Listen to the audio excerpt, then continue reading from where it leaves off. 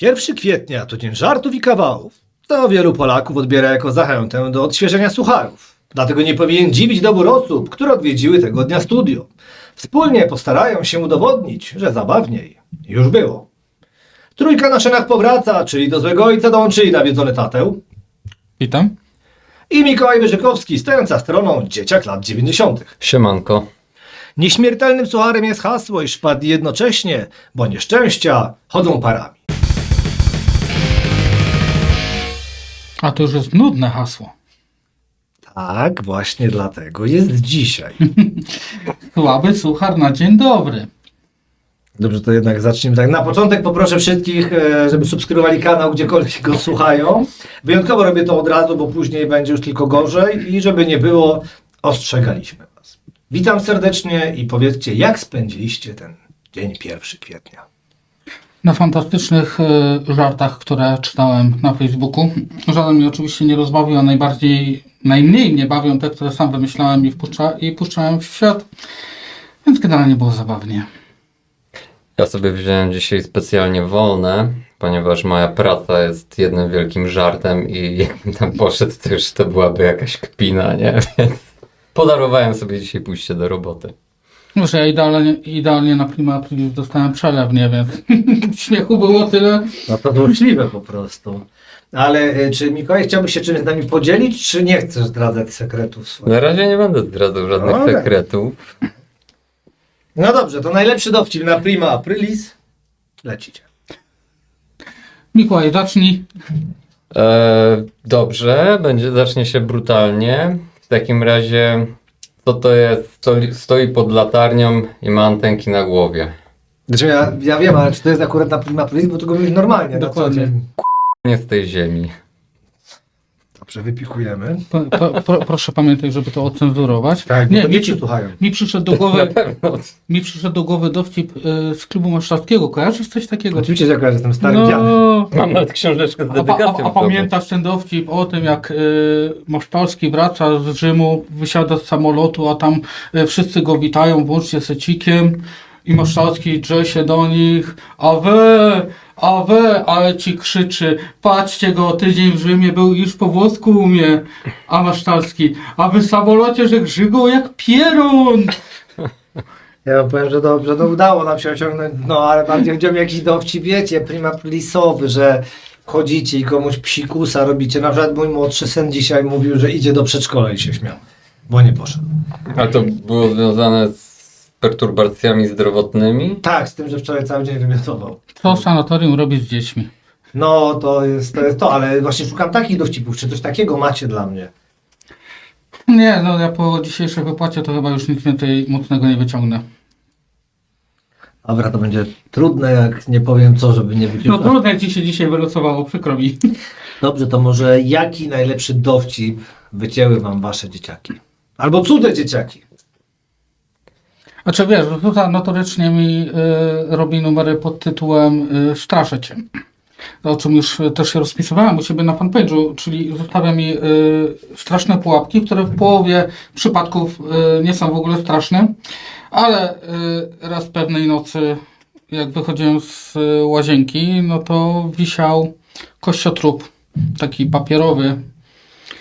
No i jak go zobaczyłem, to jednak trochę zamarłem. A innym razem zrobiła tak, że cichaczem wymknęła się o 11 w nocy z własnego łóżka, czyli nie spała i po prostu wyglądała jak taka mała, nawiedzona lalka na podłodze, która tak się gibała w każdą stronę i ja dosłownie miałem w tym momencie zawał. I to są jej numery ulubione. Ona po prostu lubi mnie straszyć. Ona chce, żebym ja zszedł z tego świata szybciej, co mnie w sumie trochę cieszy chyba nawet. Nie, no miło z jej strony, po co masz się męczyć? No właśnie, jakby skróci twoje męczarnie na tym ziemskim padole. Znaczy to się może skończyć tym, że ja skrócę jej męczarnię na tym ziemskim padole. Może tak być. Jakieś kung fu, karate po polsku. Na tym To znaczy, teraz nie przychodzi mi może do głowy jakiś wybitny kawał, który mi zrobiły dzieciaki, aczkolwiek wybitny kawał, który moja młodsza córa zrobiła swojej starszej siostrze, mi się przypomniał. Mianowicie ostatnio mi się chwaliła, nie byłem tego świadkiem akurat, ale mi opowiadała, że mówi: pytała się starszej siostry, czy chcesz marchewkę, bo sobie biorę marchewkę, pokroję. Nie chcę. No i poszła, już to było z zamiarem zrobienia psikusa. I kroi tą marchewkę tym nożem, tam wali w tą dechę. I mówi, wzięłam parówkę, ucięłam kawałek parówki, zalałam cały blat ketchupem i zaczynam się drzeć. Jezus, mój palec, chodź tu. Ta przyleciała przerażona, zrobiła się blada, a w tym momencie moja słodka córeczka z tego udawanego płaczu wzięła tą parówkę w tym ketchupie trzęsącą się ręką i teatralnie wsadziła do dziambla, nie? No, tak więc takie joke'i już wymyśla 10-letnia dziewczynka. No widać, że ma po kimś poczucie humoru, no się nauczyło. Takie krwawe, nie? Takie dobre. Takie po prostu wyśmienite, ale dobrze, wiesz co, bo mamy tu pytania od innej też Z osoby. tym wyśmienitym nie przesadzajmy, bo to były berlinki, więc wiesz.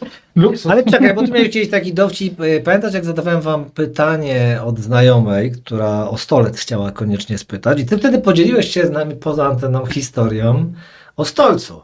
Nie przypominam sobie absolutnie. Dzwonię do mojego adwokata w tej chwili. Czyli nie chcesz tego... Nie no, dawaj, zobaczymy jak się rozwinie. Dla fabuły lecimy, no. Opowiadałeś, iż w trakcie Sylwestra siedziała w kuchni i okazało się, iż dokonała tam defekacji, takiego aktu. No widzę, że uśmiecham. Czy to może Bo to jest bardzo zabawne. Nie, opowiadaj ty, żeby moim głosem się to nie nagrało. Dobrze, i gdy to zobaczyłeś, dobrze pamiętam, że wziąłeś ręcznik papierowy i wytarłeś to z podłogi? Nawet nie wytarłem, bo to był taki dość stały element konstrukcji. Dobrze, a następnie... Zebrałem. Tak, zebrałeś, a następnie wyrzuciłeś przez okno. Ulotniłem, nazwijmy to. Zutylizowałeś. Na którym piętrze mieszkasz? 10. To było bardzo mądre. A i gdzie to wylądowało? Nie tak mądre jak twoje pytania i powrót do tej historii, która była poza anteną. Dziękuję ci serdecznie. Tak, no nie chcesz się nie tym dzielić, to znaczy Oczywiście. Nie będziemy nic kasować. No tak, bo pytałeś, że co się z tym stało później, tak? Tak, bo to były jakieś takie... To znaczy myślę, że grawitacja nie zawiodła i poleciało w dół. Raczej skrzydeł nie dostało, nie? Będzie fantastyczny odcinek. Dobrze. Z pytań takie. O jeden żart za daleko, czyli kiedy poczucie humoru nie pomaga?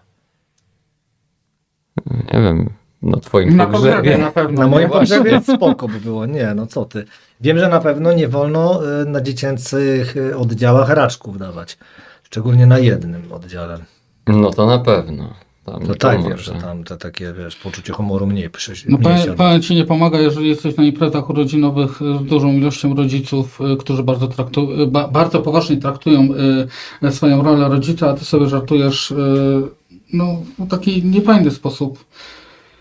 No Z podziel się własnego tym. dziecka albo z innych dzieci, albo mówisz, że te dzieci powinno się zutylizować i w tym momencie wszyscy na ciebie patrzą, a ty wiesz, że musisz iść w tym momencie w postronne miejsce, żeby cię nie zabili wzrokiem.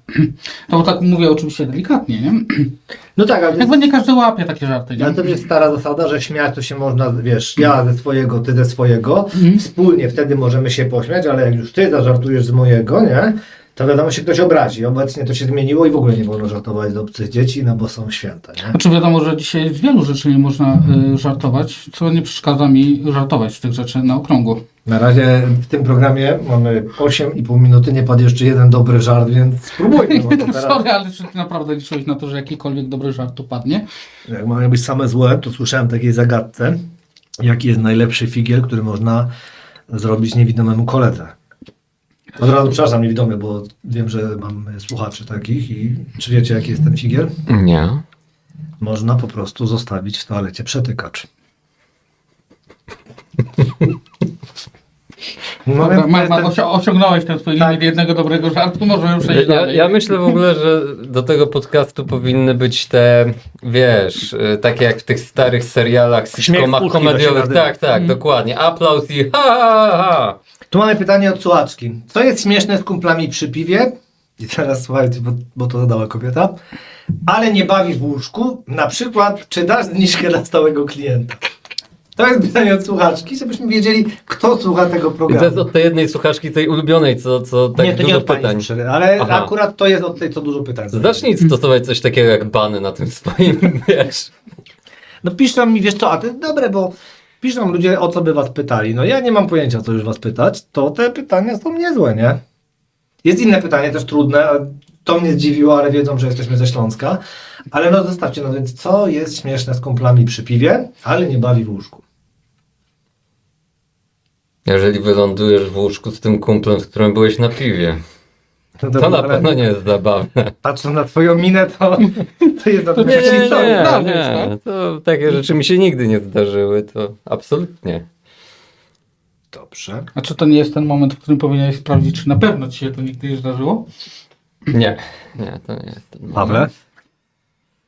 Powiem ci, że to jest tak zaginające pytanie, że nie wiem nawet co odpowiedzieć, bo chyba każdy żart, który pada przy stole z kumplami, nie nadaje się do żadnego łóżka, zwłaszcza do mojego.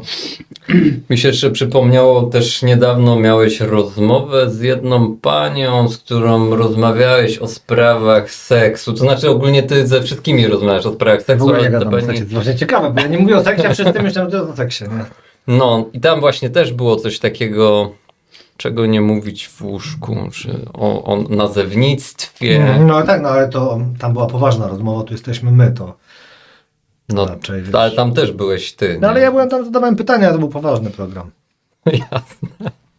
Dobrze, powiedziałeś o rodzicach, Pawle, i tu jest takie pytanie, czy ci rodzice to kpina, czyli komu od razu odbierać prawa rodzicielskie? O. Trudne, nie? No nie, no bo to są- to nie jest trudne właściwie, bo to jest dość łatwe pytanie, nie? Jako wszystkim to jest to słabo. Nie, absolutnie nie wszystkim. Nie? Wszyscy doskonale wiemy, że są pewne grupy społeczne, którym z miejsca by najlepiej było odebrać te dzieci, a się im nie odbiera. Więc rośnie to takie, jakie rośnie i dzięki temu mamy tak wybitne społeczeństwo z pokolenia na pokolenie, jakie mamy. Nie wiem, czy może zerkałeś kiedyś w ostatnim czasie u mnie, jak był taki filmik, wrzuciłem, to udostępniłem, bo mnie to przeraziło. Kot, tak, kot. z tym kotem, to co się No wydarzyło. tak, nie? no to No patologia. to jest właśnie sytuacja, w jakich się powinno odbierać rodzicom dzieci i rodziców tak naprawdę powinno się na jakieś leczenie wysyłać tak naprawdę, nie? Bądź przysposobienie społeczne, nie wiem, nie mam pojęcia, ale no, są rzeczy coraz bardziej przerażające i one nie są śmieszne i na prima aprilis to nie jest akurat zabawna rozmowa, mi się wydaje. No tak, ale na razie nie było nic zabawnego, więc uznałem, że zadam też inne pytania. No dobrze, no to teraz jest pytanie, które nawet mnie zaskoczyło, przyznam bez bicia, bo ja je czytam jadąc tu, bo ja wtedy, żeby też mieć jakieś zaskoczenie, wiecie o co chodzi, bo jakbym znał je wcześniej, to też nie jest tak zabawne, ale to mnie zdziwiło. No tak, trzeba się skupić, bo żeby się nie śmiać. Dlaczego ludzie notorycznie srają do basenu? Otwarty nawias. Wiem, jako mieszkańcy Katowic może odpowiecie reszcie kraju na to pytanie.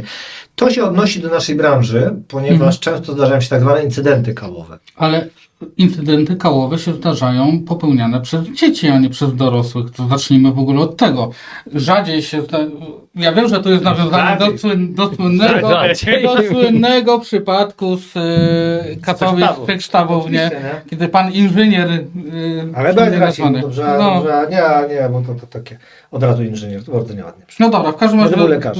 zostawił coś po sobie w każdym razie tam i to jest chyba jedyny znany mi przypadek, kiedy faktycznie zrobiła to osoba dorosła, nie? Bo normalnie na tych wszystkich basenach to z reguły dzieci popuszczają, no co tu dużo gadać, nie? Nie byli z nami na basenie. Nie chcę być z wami na basenie właśnie. Pan po prostu zrzucił cumę. Tak. Boże, no. I nie poszedł nią na dno. Nie poszedł.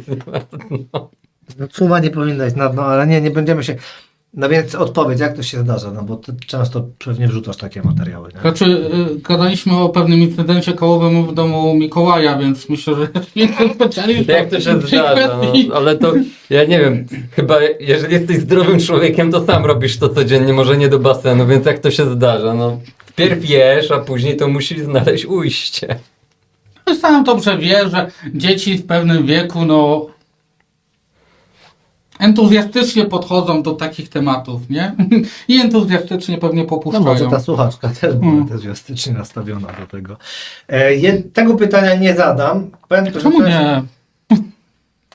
nie? Bo teraz je przeczytałem, Przeczytaj je powiem chociaż. szczerze, Najpierw je przeczytaj, a potem się zastanowimy, czy nam je zadałeś, czy... Tak, najwyżej to pominiemy. cofniemy i wykasujemy. Właśnie nie chcę mi się wykasowywać, ale gonią cię Niemcy z psami. Wiesz, po prostu naprawdę już jest źle. Ale nie? z owczarkami niemieckimi, bo to jest ważne. Nie wiem, ale pytanie dalej. Co wolisz skonsumować? Widelczyk Stolca czy wiaderko moczu, co gorsza, w nawiasie jest prywatna uwaga. Już dawno chciałem cię o to zapytać. Ale Czekaj, ale to ciebie chyba chciała ta osoba zapytać, a nie nas. ja znowu wracam to już taka może petycja. Weź zacznij tam jakieś bany rozdawać tym ludziom, co ci komentarze piszą. Bo nie wiecie, że to pytanie już się nie skończyło. Ale dobrze, to ja tylko mam taką wtrątkę, nie? Mamy określenia, w jakim to się roku dzieje, że ci Niemcy mnie gonią? To jest Jak jestem narodowości? Czy to są... nie, dobra, nie. Nie będę brnął. Czytaj dalej. Dalsza część tego pytania brzmi, nawet bez kropki, ewentualnie polecam ten motyw rozszerzyć o motywy rodzicielskie. Ja nie wiem jak, ale na przykład o wszy czy owsiki, RSV czy grypa, plac zabaw. A, dobra, czyli że rozumiem, że jeśli nie chcemy widelczyka lub wiaderka, to wybieramy wszy lub owsiki, RSV lub grypa, plac zabaw, czy zabawa na placu? Plac zabaw czy zabawa na placu? To jest już Myślę, najbardziej... To brzmi podejrzanie i ja na pewno to odrzucam, nie? Bo to jest już zbyt podejrzane. innego, no. Znaczy, ja myślę, że osoba, która zadała to pytanie, powinna się znaleźć na tym pokoju na tym krześle co najmniej, To bądź jest- na kozetce. Jejku, ale a teraz taki fun fact. Tym razem nie prosiłem o zadawanie pytań do was. Rozumiecie? czyli- To są takie samoistne. Takie otrzymaliśmy bonusy, dlatego postanowiłem je zadać, bo widać, że komuś zależało. To znaczy, to pytanie w ogóle powinno być przeczytane głosem takie, jak było w Pile zawsze puszczane. Let's play a game. Ale to nie jest ostatnie pytanie tej osoby. Jezus. Bo napisała, no i ostatnie. Aha. Wiem, że to ostatnie. Choć jest to bzdura.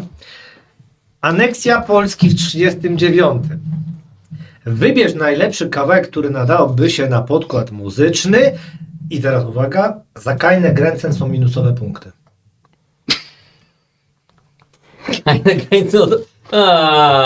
Tak. Nie aż wiem, to szkoda. Frontschwein Marduka może. Strzelam, nie wiem, no bo to tak powiem szczerze, nie myślałem nigdy o ścieżce dźwiękowej do II wojny światowej. Nie jestem pewien, jak bardzo jest to prima aprilisowe pytanie i myślę, że trzeba by się zastanowić, kim jest ta osoba, tak właściwie. Chcę go Bo... poznać albo ją. Ja Kajne Gręcen. polecam wziąć leki może tej osobie. Może właśnie to jest Poleka i te W ogóle- pytania są już sensowne. Ale nie zapomniałaś W, dwa razy w ogóle zadawanie pytań o II wojnę światową ludziom, którzy nawet obok niej Chyba nie ty. stali, nie? Mój dziadek był. To jedna z tych osób na przykład. No To dobra, ma- no ale dobra, stałeś koło dziadka, nie? No tak, ale on też stał obok wojny. To jest tak, mam takiego gościa, taka historia, że on na przykład był weteranem AK, nie? Nie, to nie jest ten dowcip, była Afrika Korps akurat, ale chodzi o to, że AK na Śląsku, wiecie, że było bardzo nieliczne i on akurat był, twierdził. Bo za to było to z Bowidu jakieś zapisy, nie? Ale miałem, i to nie jest żart, miałem kumpla, którego dziadek był w Afrika Korps i sobie chwalił. Więc wróćmy do tej ścieżki dźwiękowej. To znaczy w ogóle te pytania mnie, wiesz, bo zadałem ci pytanie do pierwszej części tego pytania, jakie to były ramy czasowe, nie, że gonią mnie ci Niemcy. Tak, to jest To bardzo... już mamy odpowiedź, to że jest- to jest fanatyk historii ogólnie XX wieku i tak dalej, nie? Lub fanatyczka. Lub fanatyczka, może też tak być. Zastanawiam się tylko taki jeden, wiesz, nie daje mi spokoju, jak zjedzenie widelczyka stolca miałoby mnie ocalić przed goniącymi mnie Niemcami. Znaczy, nie wiem, ja myślę, że dorwali Co cię. oni się ze mną chcieli całować? Nie, dorwali cię, wiesz, karabin do, wiesz, lufa do głowy i jak chcesz przeżyć, to masz do wyboru. Albo to, albo to. A Ja czemu myślę, to musieli że być tak jest. Niemcy? Znaczy, byłbym zdziwiony, gdyby Niemiec cię w ogóle o cokolwiek zapytał tak naprawdę. No dokładnie. W bardzo złym kierunku idzie ten odcinek. To jest wina twojego pytającego. Dokładnie też się z tym Wybieramy zgodzę. się. Ty się wybierasz, jak Michael Jackson, No. tak? Dobrze, to może nie wiem, może tutaj jeszcze zostawimy na chwilę te pytania od tej osoby, bo są faktycznie trudne. Ale jest ich więcej jeszcze? Były wariacje. Wiesz co, nie, może chwilkę odpuśćmy, co? Bo Tak, jednak... przejdźmy do kogoś. Nie, pani z Przyry nie zadała tam żadnych, chyba że to ona, ty. Cicho, nie mówimy. Były owczarki, coś ze zwierzętami związanego. No to nie wiem, no to może takie zagadki, szukam jakichś sucharów sprzed lat. Czym się mierzy piach? No powiedz, bo wybuchniesz. No, czekam. No, dokładnie, czekamy na to. Sandomierzem. No, No, są jednak słuchawki. No to wiesz, jakie są ulubione chipsy hydraulika? kolanka. Crunch chipsy. A w jaką część ciała idzie alkohol? Woda. No, czekam. Dobra, poczekaj, bo ja sobie też zaraz... A jaki jest magik, który stracił pracę? Rozczarowany. No nie wiem, no tak czekam kiedy wyrzucić jakimś... Wróćmy do poprzednich pytań. Dobrze, to co robi grabarz? Grabi. Częstochowa. No tak właśnie. Nawet wiesz, skąd to wziąłeś. Od ciebie do roboty pewnie. Nie wiedziałem, że masz drugą puchę. No ktoś to musi tworzyć, nie? No dobrze, ale panowie, no bo no ten odcinek na razie wiadomo jest trudny. Ja rozumiem, ale postarajcie się. Pamiętaj, że ci, którzy są po tej stronie mikrofonu, czekają, aż ty zaczniesz coś... Bardzo przepraszam, ale ostatnio niejaki pan Mikołaj, to może ustalmy jakieś zagadnienia, może pytania, więc No zaproponowałem. i nie ustaliłem żadnych, ja tylko rzuciłem pomysł. Natomiast to jest twój cyrk i twoje małpy. Nie? No to jest taki mądry, to co robi chirurg w operze? Operuje. Najlepsze jest to, że wiesz, że my się tu uśmiejemy, prawie no, zeszczamy się w gacie Ale zaraz. akurat spoko, bo od odcinków nikt nie słucha. No to nie, to już która minuta jest? 21. Nie, no to już myślę, że Powoli. tylko nasze matki to posłuchają ewentualnie i tyle. Właśnie pytałem mojej rodzicielki, czy ma do was jakieś pytania i jak wcześniej mówię, że bardzo lubię odcinki z wami, to mówi, a z kim rozmawiasz? Powiedziałem, z kim? Nie znam. Więc No, mam dlaczego wrażenie- miałaby nas znać właściwie? No ciebie to zna. Ciebie to znam, młodzieńcze. Powiedz, że jeszcze u mnie komentuje. Nie, ale nawet normalna. No właśnie. Dobrze, no ale wróćmy do tematu. Powiedzcie mi w takim wypadku, jak wam się kojarzą te takie prima aprilisy z młodości? Co robiliście wtedy? Może było coś ciekawszego niż teraz jesteście takimi smutnymi starymi dziadami. Wiesz co, podkładanie pinesek, szpilek i tak dalej, no to było wtedy zabawne. Natomiast Ale jest zabawne. no w sumie tak, nie? Tylko odnoszę wrażenie, że dzisiaj wszystko, co się dzieje na co dzień, to już jest tak wielkim prima aprilisem, że nie wiem, po co to wzmacniać kolejnymi teoretycznymi żarcikami prima aprilisowymi, które i tak już nie bawią tak naprawdę, bo to już jest rzeczywistość, nie? A nie żart.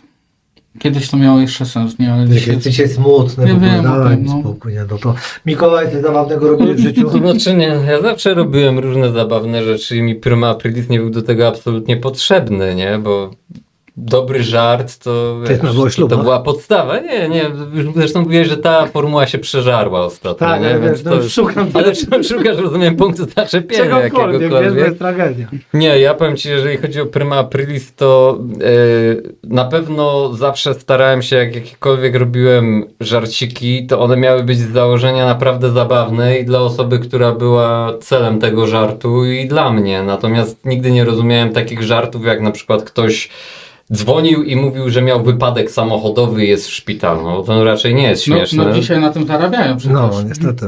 Tak, dzisiaj na tym zarabiają, nie? No to prawda, aczkolwiek to No to ty nie jesteś jest dobrym śmieszne, człowiekiem. nie? Tak, dobry żart ma bawić, a nie wiesz, nie przerażać, nie? No bo to... Znaczy może przerażać, ale nie na tej zasadzie. No.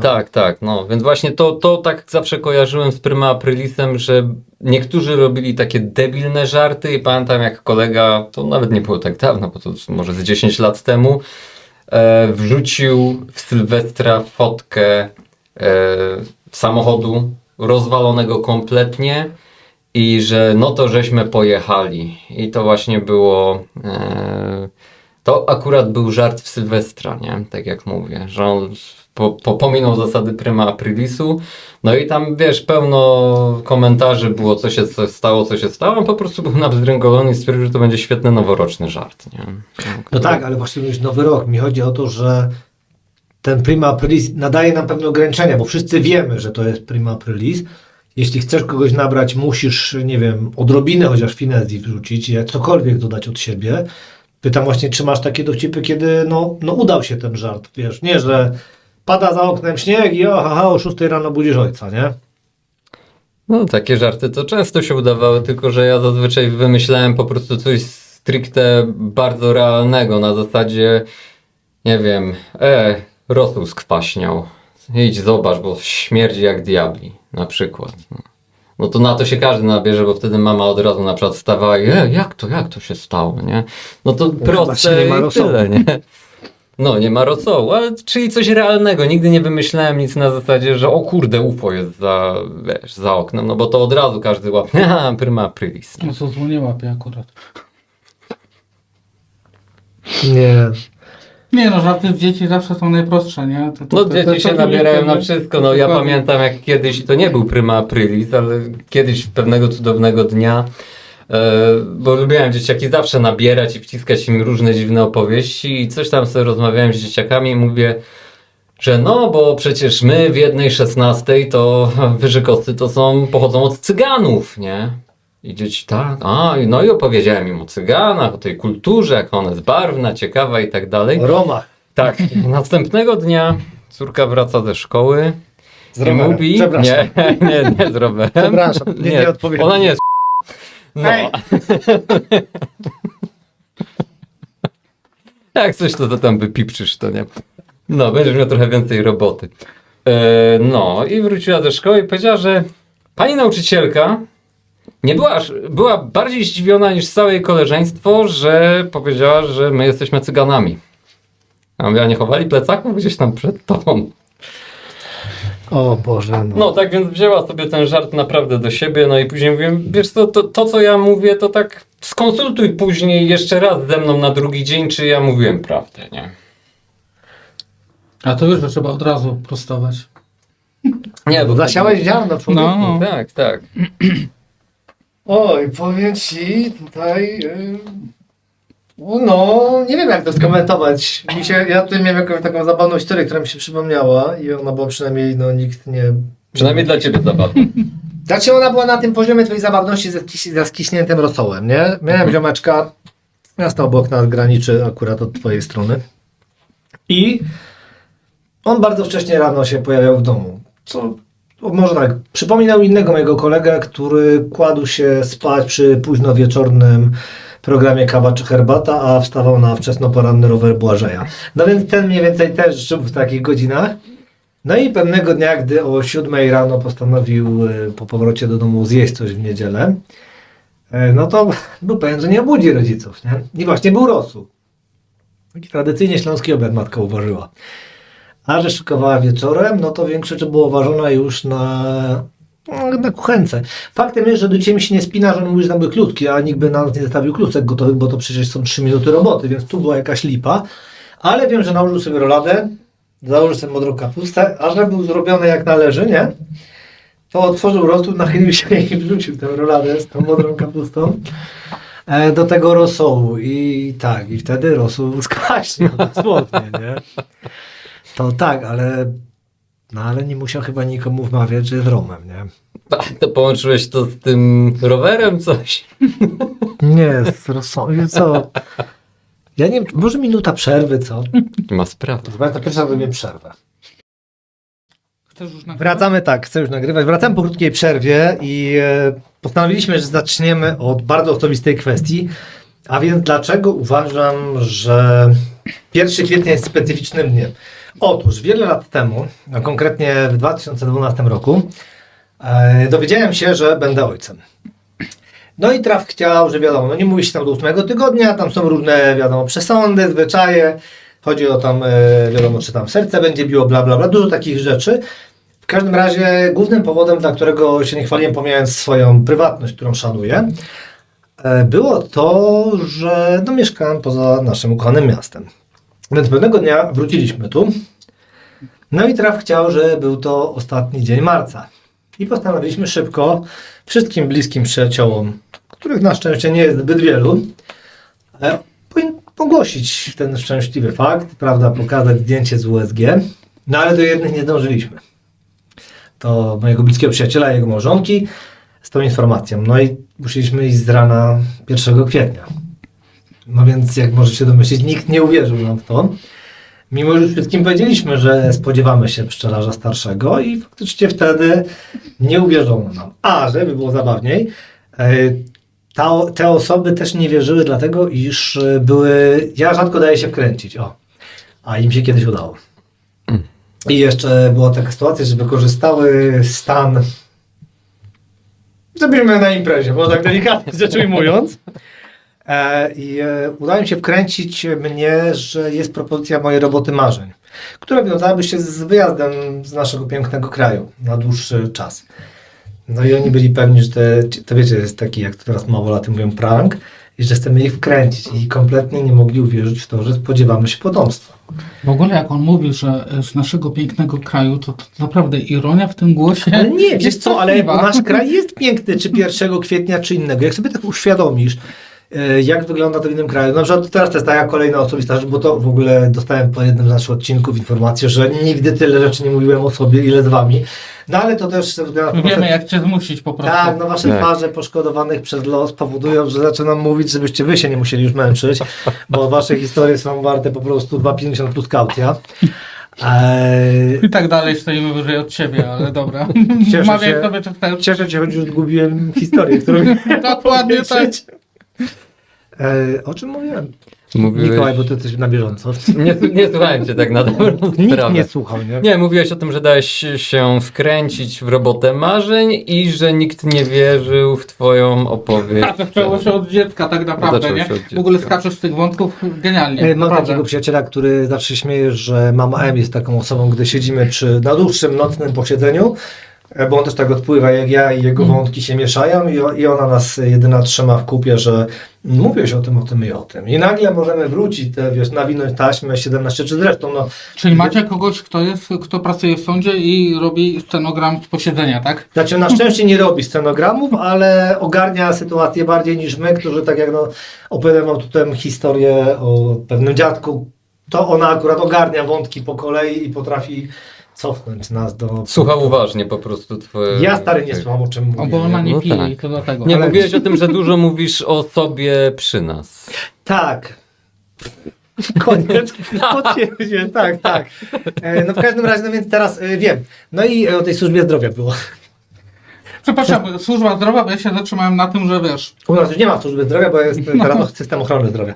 Ale generalnie tak mówimy, że ta Polska jest taka, śmaka, owaka. A po mojego brata jakiś czas temu przyjechało pogotowie. No i... zaczęliśmy od ciąży w ogóle, nie? Tak, Mam nadzieję, że się trzymasz. Tak. On się zawsze trzyma świetnie. I generalnie przyjechał do niego pogotowie. No i jak sama nazwa wskazuje, pogotowie jest więcej niż jedna osoba. To tak delikatnie rzecz ujmując. Zaskoczyłeś nas, ale opowiadaj dalej. Przyjechały rzeczoną karetką 2 osoby, ale do jego mieszkania weszła jedna. I on mówi, dlaczego nie wszedł ten drugi pan? Mówił to leżąc na podłodze, więc to już była dość taka sytuacja domacowana, nie?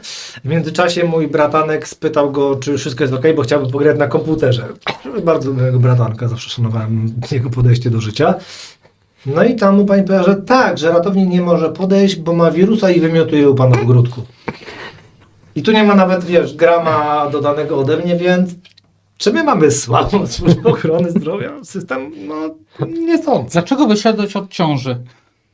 Bo strzeż się ciąży, Paweł krąży. No tak wyszło, no człowiek, ja mogę z każdego punktu, wszystkie drogi prowadzą do Rzymu, no akurat tak wyszło, nie? To było piękne. Natomiast a propos Prima Aprilis, to Zuza miała się urodzić Prima Aprilis. Za co trzymałem kciuki bardzo mocno i bardzo głęboko. Natomiast nigdy do tego nie doszło i na tym ubolewam, bo troszeczkę się delikatnie przyspieszyła i urodziła się 31 marca.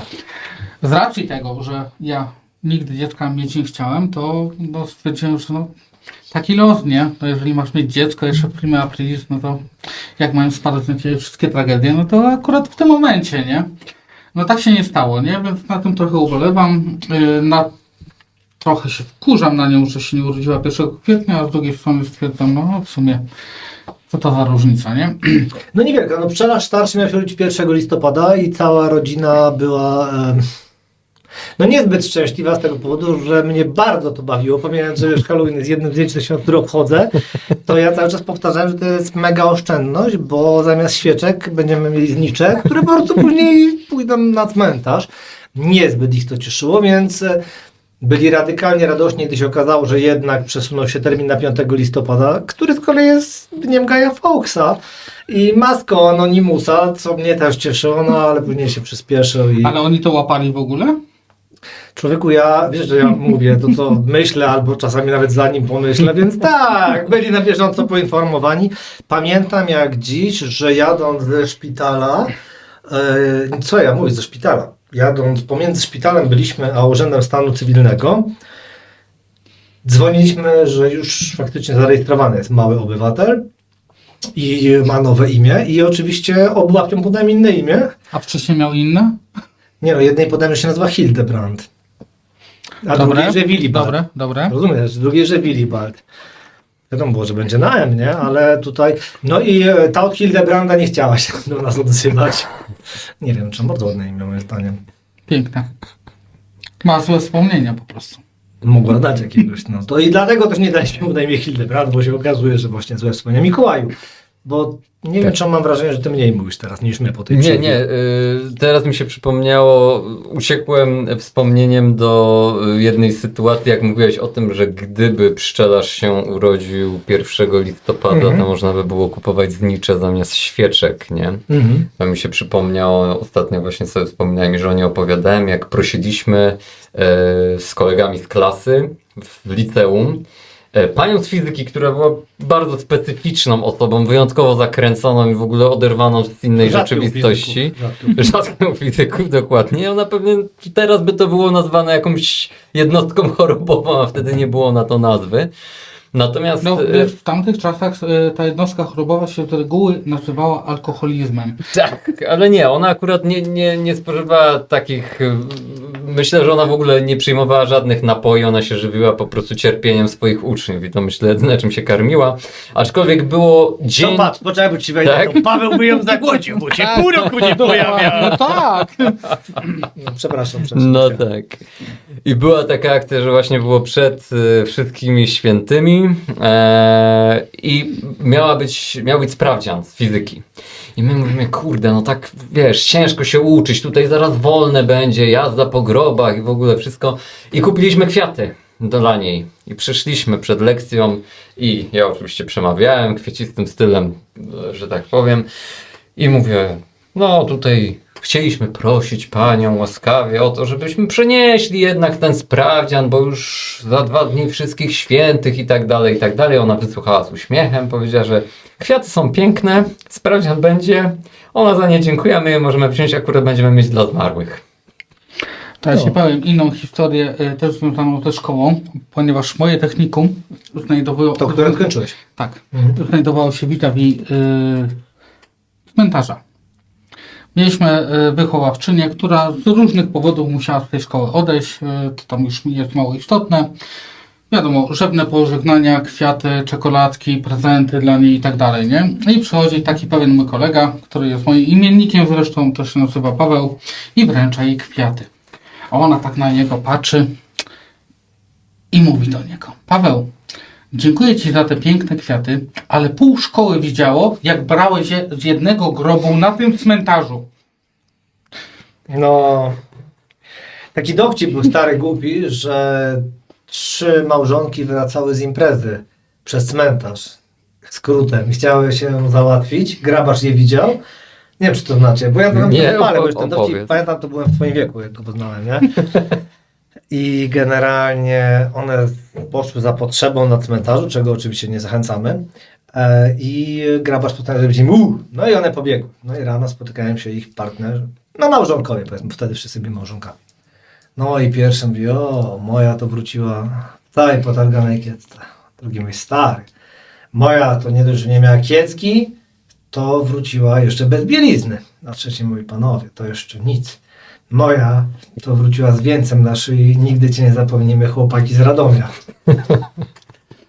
No tak prima Edison. Smutne historie spisane na kacu, zdecydowanie. No ja czy ja wiem, takie smutne. Podziel się czymś, Mikołaj, z nami. Czemu znowu ja się mam dzielić?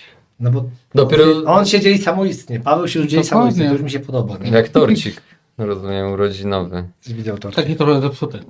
Jeruna, tu miałeś kumpla ze Świątów. I on W ogóle świany to jest inny stan umysłu. tak, i on Zdecydowanie, właśnie nie? był taki typowo, nie?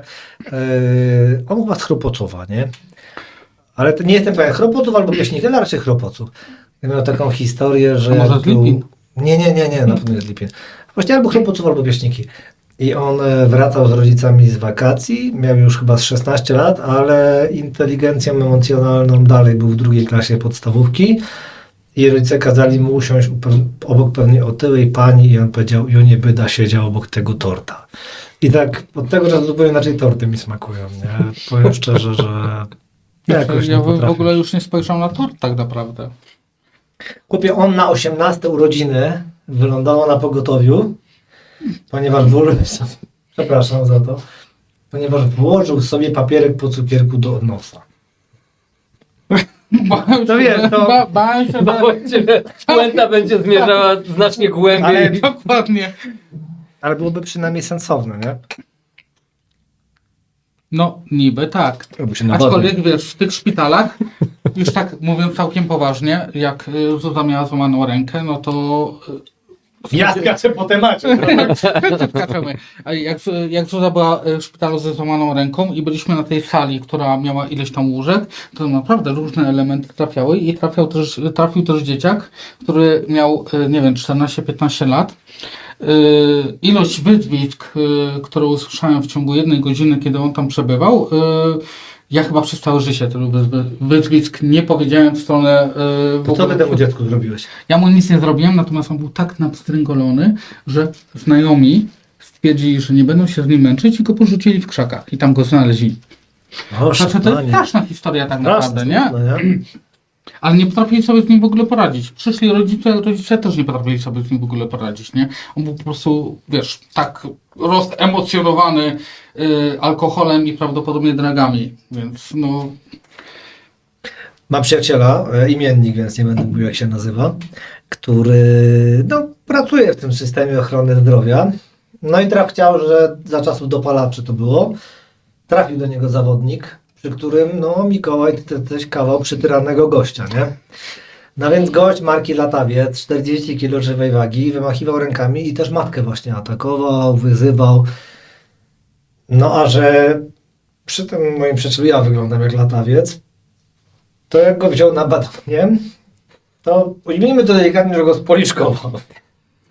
I podobno wrócił dzieciak do normy.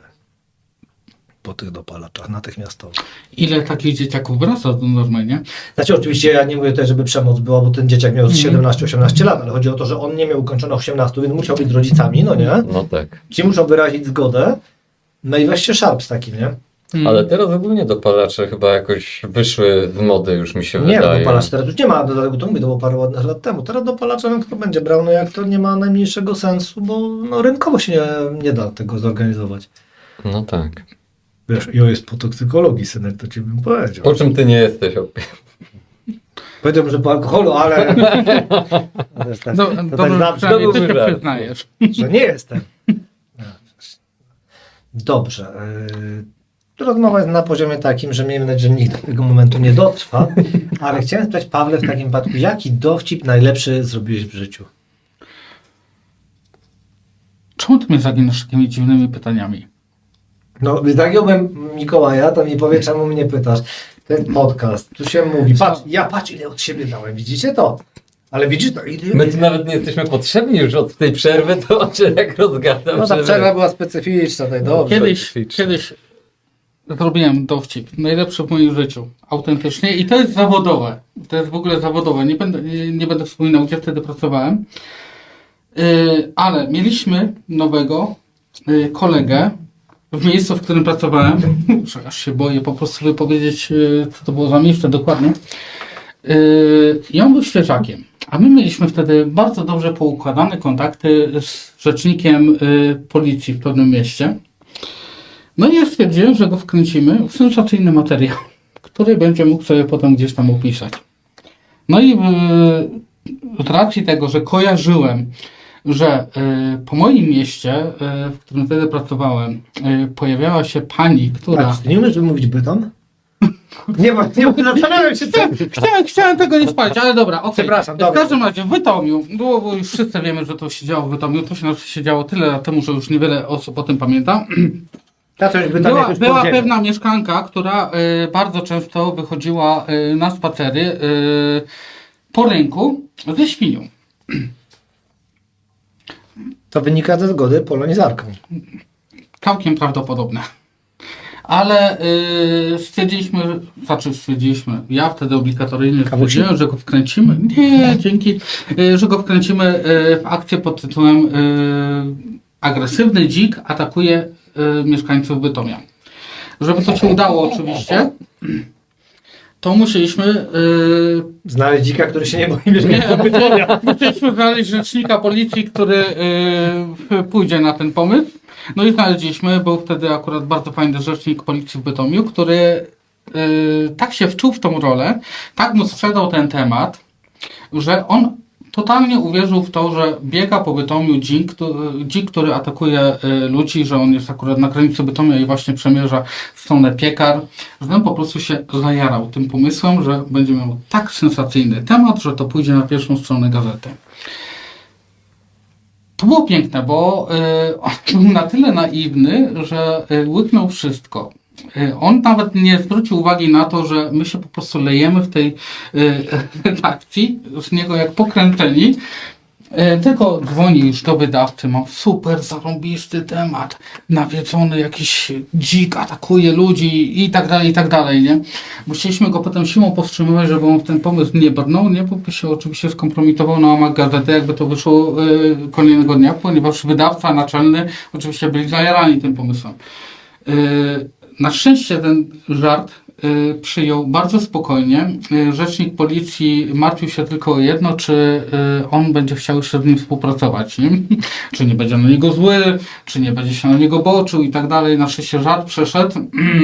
Nie wyszło to poza na szczęście redakcję, a szkoda, bo w sumie akurat na tamte czasy to byłby idealny temat, żeby to puścić w świat. Jaki to był rok?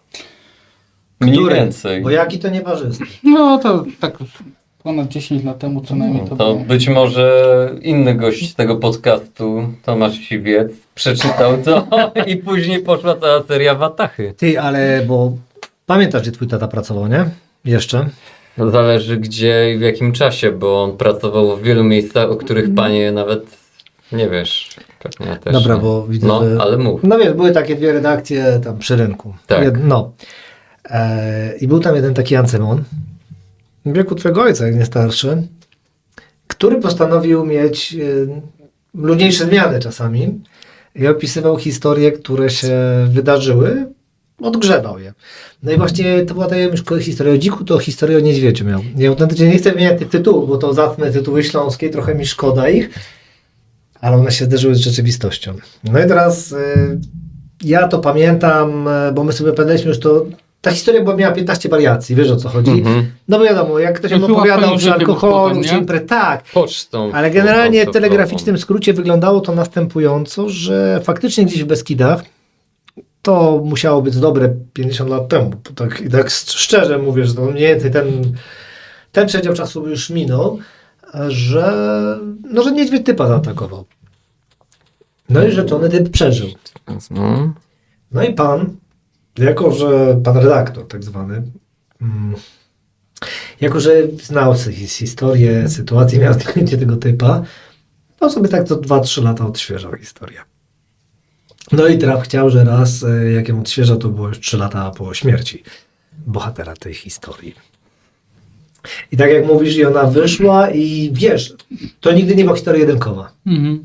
To była zawsze historia na jakiejś tam, wiesz, 18 albo 16 stronie, nie? No i wpadły wtedy media. I to nie była historia prima aprisowa, to najgorsza. Ale- I ta rodzina się odezwała, bo to zauważyła. No tak. No wiesz, gość, który jest, grzecznie się rozkłada, nie? Tu na fotce znowu śmiga, nie? I dalej ten niedźwiedź go po prostu gnębi. Morduje. To mi się przypomniało, jak przecież było nie tak dawno temu, bo 10-12 lat temu jak rosyjscy turyści w Tatrach pobili się z misiem, który zszedł na szlak i było, że miś pozostaje w szoku i stracił zęba. Jak ten stary... A oni myśleli, że to jest ten miś, wiesz, który po skrupówek zszedł. Ale to był taki stary dowcip, że 2 albo 3 Rosjan spożywało, że tak się ujmiemy to delikatnie, alkohol w ostępach leśnych. No i nagle turyści uciekali przed niedźwiedziem. No i przebiegli im po tym pikniku. Wylali im alkohol, więc ci rzucili i pobiegli za nimi, no i skapiszonowali ich. No i wracają, otwierają nową flaszkę i jeden mówi: ty, ale ten futrze to się nieźle bił. Tak, ten poziom dzisiaj trzyma. To myślę, że to właśnie jest powiązane z tą historią, która została faktycznie w gazetach opisana. No tak, bo to... Teraz inny miś jest sławny w Zakopanem, nie? Ale to nie, on już nie jest sławny tak Już nie? naprawdę. Już nie. Teraz dla Mikołaja podobno robi też. Jego sława już przeminęła. Natomiast Zmienił branżę. pozostając w temacie tych dziwnych redakcyjnych rzeczy, które wychodzą, no to tak naprawdę ileś tam lat temu w tych redakcjach no naprawdę przychodziły różne dziwne rzeczy. Stary, przecież dlatego jeszcze pracujemy w mediach. No dokładnie tak, Spokój. nie? Ja pamiętam, miałem dziewczynę stażystkę, która wysłaliśmy ją kiedyś na materiał. Ona zrobiła ten materiał. Chodziło o sondę uliczną. Żeby zrobiła sondę uliczną, porobiła zdjęcia, dała wypowiedzi tych ludzi i tak dalej, i tak dalej. Gazeta wychodzi i dostajemy tego samego dnia po prostu moc telefonów. Ja się zastanawiam, o co chodzi, a ci ludzie mówią: ja tej pani na oczy nie widziałam, ja z nią nigdy nie rozmawiałam i tak dalej, i tak dalej. Okazało się, że ta dziewczyna miała taką niechęć do rozmawiania z ludźmi, że ona robiła im zdjęcia z ukrycia, podpisywała ich jakimś wymyślonym imieniem, nazwiskiem i wymyślała ich wypowiedzi. To mieliśmy takiego fotopstryka w jednej redakcji, ale to może to nie jest najlepszy moment. Ja wam, dobra, no nie, może nie będę teraz zdradzał takich wszystkich kuluarów, to tylko tak, żeby odbyć, że niby mam inną historię zamiast tego. To tak, moja bliska mi przyjaciółka po prostu była tą osobą, która zapytała kiedyś pana o 11 dzień listopada. Kojarzycie? Nie. Gdzie są flagi? Musisz Nie kojarzycie? to No to, rozwinąć, musisz to rozwinąć. no to ja to puszczę, bo tam i tak prawa autorskie są już dawno, że tak się wyrażę, zaginione. Uciekły. Ale no tak, i to jeszcze trafiło, bo jeszcze by trafiło na nas, to może byłoby śmieszne albo zabawne, nie? Ale tu niestety trafiło na moją koleżankę. Bardzo optymistyczne, że jakby trafiło na nas, byłoby śmieszne i No, ale bo- zabawne. no ale ja może nie znasz. Pani jako ja przegłosował Dobra. na Gertyka. Bo kocha nasz kraj, Polskę. Sztanami. Wie pani, to jutro mamy 11 listopada, tak? Święto Niepodległości. Dlaczego tutaj nie widzę żadnej flagi? Dlaczego? Kurwa! Dlaczego? No to Klasyk. tak, i ona wtedy na poważnym materiale była i na 99% dla twojego koncertu. Bo to były czasy, kiedy radia miały wchodzić wiesz, właśnie z nagrywaniem, więc tak, to pozdrawiam Agnieszka w tym miejscu zresztą. Nie, bo ona 3 albo 4 lata temu zrobiła coming out, więc już można to mówić, nie? Ale tak, no były takie historie, one nie są prima aprilisowe, nie? No ja pamiętam jednego dziennikarza, który miał za dużo pracy w redakcji nagle. Pisząc parę artykułów, prowadził też relacje na żywo z zaprzysiężenia Bronisława Komorowskiego i napisał, że no Lech Kaczyński nie dotarł na zaprzysiężenie. Co swoją drogą jest prawdą, nie? Nie skłamał. Ale możecie domyślić się, jaka była reakcja w redakcji, prawda? Jest oczywista. Jeśli jesteśmy przy tych wielkich głowach, no to i przy prima aprilis, nie? No to ja dzisiaj stwierdziłem, że największym prima aprilisem jest czytanie wszystkich obietnic i programów wyborczych obecnych kandydatów na prezydentów. A, bo są słabi kandydaci wyjątkowo. Znaczy, Nie to, co zwykle. A. Nie to, co zwykle. Daj spokój. poprzednio byli lepsi, wiadomo, nie? Ja Leszka Bubla uwielbiałem, nie? Ten to się udał mamie, nie? I Adaś Słomka. To wam teraz zdradzę historię, bo jak sami wiecie, miałem różne dziwne zawody i nie chodzi o miłosny Mikołaj. Byłem listonoszem w Katowicach. No i pewnego pięknego dnia, no pamiętam, że na rejonie miałem Adama Słomka. No i biorę sobie list polecony, sądóweczka, mam nadzieję, że nie łamię żadnych tajemnic, ale to było już Chyba nie. nie no, 20 lat temu, No. bo to w pompie mam, nie? W każdym razie idę sobie jako dzielny listonosz przez Katowice, no i wiesz, no widzę, że jest do Adasia Słomki, no bawi mnie to zawsze, on wtedy miał ruch obrony bezrobotnych, on wtedy w to szedł, na Łyńskiej. No i idę sobie i patrzę, Adaś jest. Fakt, że nie miał tej swojej super maciejówki, nie? No, ale no, nie zawsze jest widoczny w mundurze. I podbijam, mówię, tak naprawdę tak powiedziałem, dzień dobry panie Adamie. Tu nie ma grama ściemy, mówię, a mam list do pana wyjątkowo. O! No i powiedział przy pewnej nacji, która ma pejsę i tam przy okazji, że to od nich list, więc już wiedziałem, że jest dobrze, nie? Ale generalnie, wiesz, przychodzi do takiego typa z listem i on naprawdę zamiast odebrać ten list, to ci opowiada, co ludzie w jarmułkach mu w życiu zrobili, nie? No i no nie opisujesz tego, ale faktycznie jak później słyszałem w mediach, co on opowiadał z Miernikiem, z tym drugim, co to tortem komuś przydzwonił w sądzie, no to wszyscy ci zawodnicy tam siedzieli.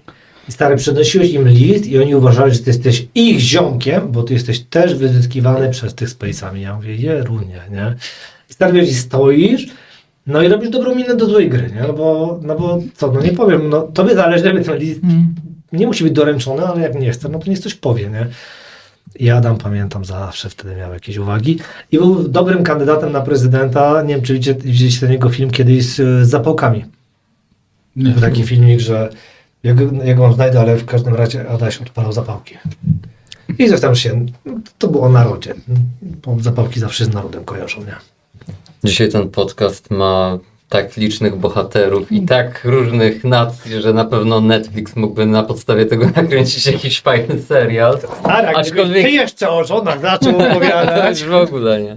To już by było za dużo. Tak swoją drogą, jak już zacząłeś gadać o tych jarmułkach i uprzedzeniach. O nie, Nie, no. ja w ogóle mam wrażenie, że dzisiaj niewiele ludziom potrzeba do tego, żeby im odpaliło. A nie, bo teraz się szybciej odpalają. I to niesamowicie. Teraz to jest moment. To od 0 do setki, stary, przecież dawniej jakby... Ale dawniej, wiesz, dawniej miałeś właśnie Słomkę, miałeś paru takich zawodników, Leszek Bubel, nie?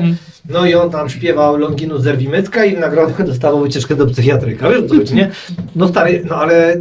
A dzisiaj są wybierani jako politycy. A teraz to jest, a może ma rację, a może to jest spisek, a może jednak, nie? I tak wiesz, tak gadasz prima aprilis, wydaje ci się to żartem, no a to nie są żarty, no ci ludzie później reprezentują nas, nie? I faktycznie wierzą w takie Tu nie masz typa, który ma mieć 20% poparcia i się okazuje, że jego praca doktorska, czy tam dysertacja, że tak powiem, no ma niewiele wspólnego z nauką, nie? Ale jest coś Ci takiego. mówi ale, to piwo to jest ale. Dobra, w każdym A masz razie. suchara na 1 kwietnia, słucham cię. To dużo tych sucharów, zdecydowanie. Się napij. Bądźmy to. tej kawy. Sorry, za dużo już wypiłem, tej wody oczywiście. Natomiast bardzo dużo jest dzisiaj takich sytuacji, w których te rzeczy absolutnie totalnie niepoważne, których ty byś nie wziął na poważnie dziś, wczoraj, miesiąc, 5 lat temu, są po prostu traktowane jako, nie wiem, dogmat. No tak, no ale wiesz, wynika to też z tego, że mamy specyficzne społeczeństwo, nie? No nie oszukujmy się. Głupie. Wyrażaj się. Mikołaj z nami. Młodszy od ciebie. Nie, no jest tak, no jest to dramat. No i zobaczcie, że jak chcieliśmy jakieś dowcipy znaleźć, to właśnie to, co sam na początku powiedziałeś, problemem jest to, co jest dowcipem teraz. No. A czy już nie ma dowcipu, bo wszystko jest z jednej strony śmieszne, a z drugiej strony, no tak naprawdę ludzie w to wierzą. Albo jest zakazane. Bo Mikołaj, ten dobra, Już też jest, pomijmy wiesz, zakazy wszelkie, nie? Bo dzisiaj no mamy tak. już tyle tych zakazów, że za rok jak się spotkamy w tym miejscu, to pewnie jeszcze 150 innych zakazów będzie dotyczących tego, o czym możemy w ogóle mówić. No nie? dokładnie, nie? Że... Boję się, że No destruktywny jesteś. trochę tak. Jak to powiedział? Trochę tak. Wiesz, bo co roku się dowiaduję, że o tym nie mogę mówić, o tamtym nie mogę mówić, o tym nie mogę myśleć. Dlatego w ogóle piszemy. najchętniej w ogóle najlepiej by było, gdybym nie żył tak naprawdę, nie? Ze swoimi poglądami, myślami i tak dalej. Jezu, brzmi jak faron z psów wojny. Dokładnie tak. Policja by chciała, żebyście nie żyli, żebyście nie chodzili. Dokładnie tak. Policja myślowa to w ogóle po prostu byłby hit, nie? I to kiedyś będzie. No to już byśmy dawno siedzieli wszyscy na Ale, teraz, żywocie. ale widzisz, ta policja myślowa, czy tam orwellowskie pomysły, No. to teraz jak? To ta policja nad czym by pracowała, jak nie myślą ludzie? Znaczy, No. oni by generalnie by nie wiedzieli, za co się mają zabrać najpierw. Tak naprawdę. No Czy za tak. polityków, czy za obywateli. Tak naprawdę. A, odpłynąłeś teraz, Mikołaj, bo ty mówisz zabawnie jednak. Ja mówię zabawnie, tak? Nie, to rzucę ciekawostkę, bo mi się przypomniało. Wiesz, albo wiecie panowie, 1 kwietnia, czyje to są niby urodziny? Wedle chrześcijaństwa. Ryby. Nie ryby. No, strzelałem. Judasza. A, to ciekawostka. Judasz się powiesił. Tak, Judasz się powiesił, ale nie mówimy o śmierci, tylko o tym. I wiesz, kto go zastąpił? Kto? No nie zgadniesz, to był 13 apostołem. Święty Maciej. Ten, którego siekierą zabili. Hmm? Mikołaj, wychodzimy. Już popatrz się, zaczynam stąd wycofywać. No bo takie pierdoły opowiadać, no Judasz miał urodziny. Tak, tak. Nie. A czemu ci to Znałeś przyszło, go. czemu przyszło ci to w ogóle do głowy teraz? Nie, bo patrzę. Ja wiem, że próbowałeś podnieść poziom tego podcastu, ale Nie, to już nie jest ten moment, wiesz, To- to już nie, to- rezygnujmy z tego. za późno. Zostawić po prostu dobry smak na koniec. Nie. Bo Kamusi? kończymy już. Chciałbyś? Ty tak nie raz słyszałeś. Dobra, i to jest ten moment, w którym faktycznie powinniśmy Dobrze. skończyć. Ta rozmowa powoli rozchodzi w drugim kierunku, więc bardzo dziękuję wszystkim, którzy jakimś cudem dali radę dotrwać.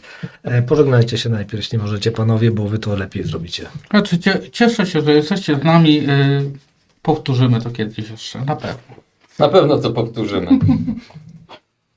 Chciałbym być takim optymistą. Mikołaj powiedział to z taką niechęcią. Nie, no to jest pewne, że do zobaczenia. Więc. Do usłyszenia raczej, no.